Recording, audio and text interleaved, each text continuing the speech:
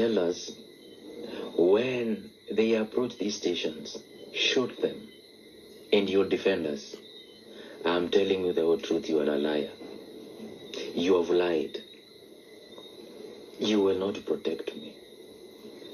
All that you will protect it is your interest. You will not protect me. I will be sacrificed in court before a judge, and I will be sentenced to prison. What happened to Katito? He was sung as a hero. But finally, the determination of the court came out. You are not justifiable to kill even a criminal. What are you supposed to do? If you are within the late positions of arrest, present that person before the court of law. I say no to police brutality. I say no more to killings. I can't kill my brother. I can't kill my sister. You are saying this because your children are not on the streets, right? You are saying this because your cousins are not on the streets. You are saying this because your brother or your sister is not on the street.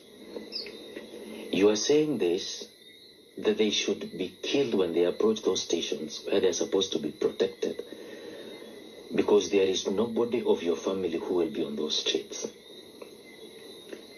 I am very sorry, Kenyans. If these are the kind of readers we have, then I believe we have a problem of incompetency. We are very sorry about that. How will I go back to my children and tell them their mother is normal, or their father is normal, or their cousin is normal? It's because they were shot dead demonstrating and asking the government to hear their cry. Kenyans, we love you. Every OCS and every OSPD and ever we are, have seen people doing great work. Please, if they approach our gates, let... Fear youth. Fear youth. Guys, I don't know what to tell you about this one. But here again, causing chaos in Africa. That's what this is about.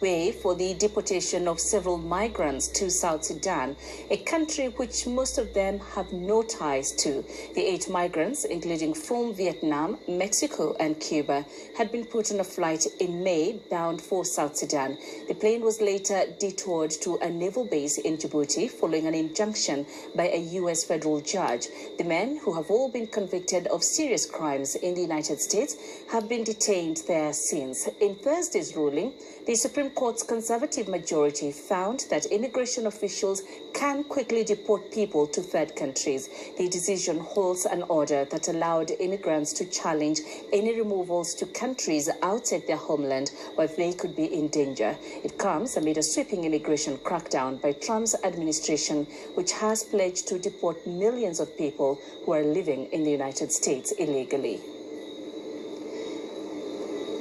Patrick Oyet is in Juba and joins us now with more. Patrick, what has been the reaction in Juba on the court's decision, and what have the authorities said?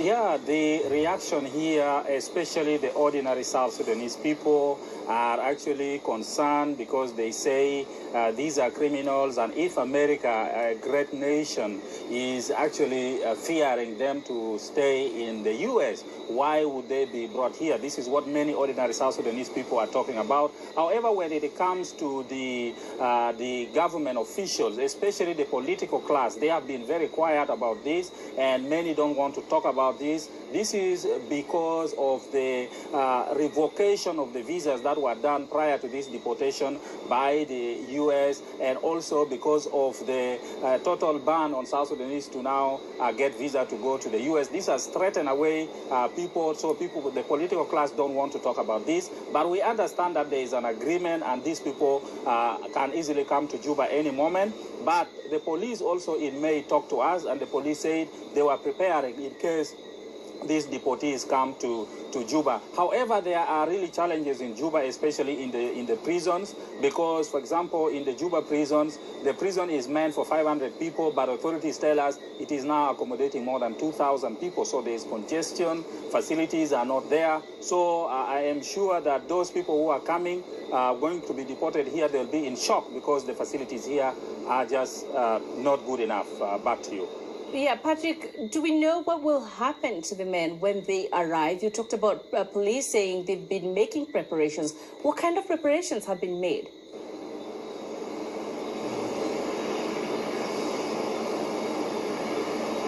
Well, the police say they are preparing to receive them and to take them to the facility, which means basically to take them to prison, because according to the law, if anybody is extradited to South Sudan or brought to South Sudan when they have committed a crime, especially in a South Sudan territory, that includes if South Sudan has a plane or a ship or any offense that is criminal in South Sudan, then they are supposed to be taken to prison. So the only place that these deportees will be taken to is actually prison, where they will have to serve their terms in the prison. And the prisons have really challenges. That is, imagine the capital, in the capital Juba, is where it is designed for about 500 people and it has more than 2,000 people.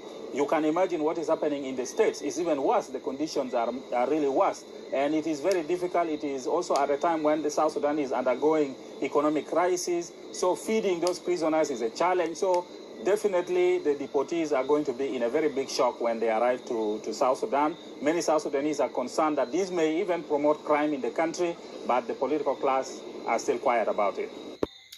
I hope you have heard him clearly.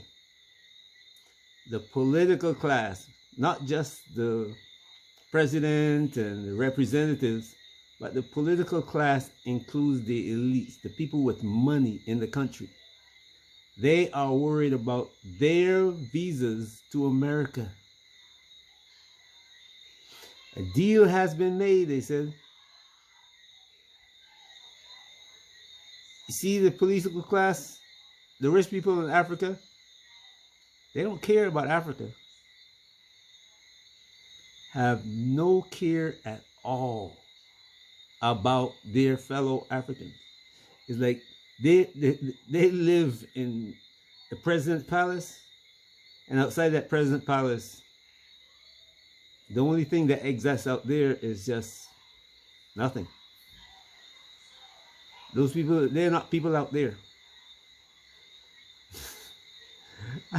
I hope Africans all over Africa listen to things like this.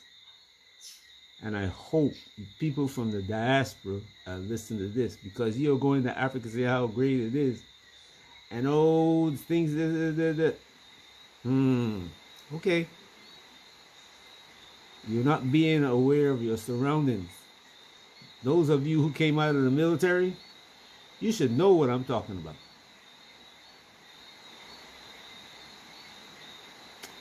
Anyway, just a little update, because all these things are connected. You think the war in Israel, the war in Iran, and today I told you about India coming to Africa, you think it's not connected. Okay. There's something called a black swan. And they've been discussing this all over the U.S. for many years now. They're trying to pull it together. But the results, nobody knows what the results will be. Unless Russia and China go along with it.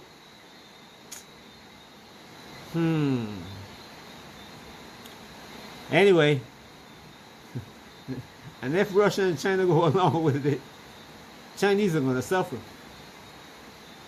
really bad. And the Russians too. Well, we'll just wait and see. However it ends though,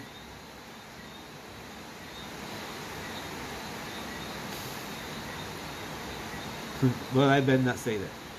It will end, and if we get bound back to the Stone Age, Africans are going to come out on top. Though I hate to see that it goes that way, it still will happen. And I'll tell you why it's going to happen later, not today, because like I always tell you, the enemy is listening to us always. So unless there's going to be a time when I will tell you why I'm saying that.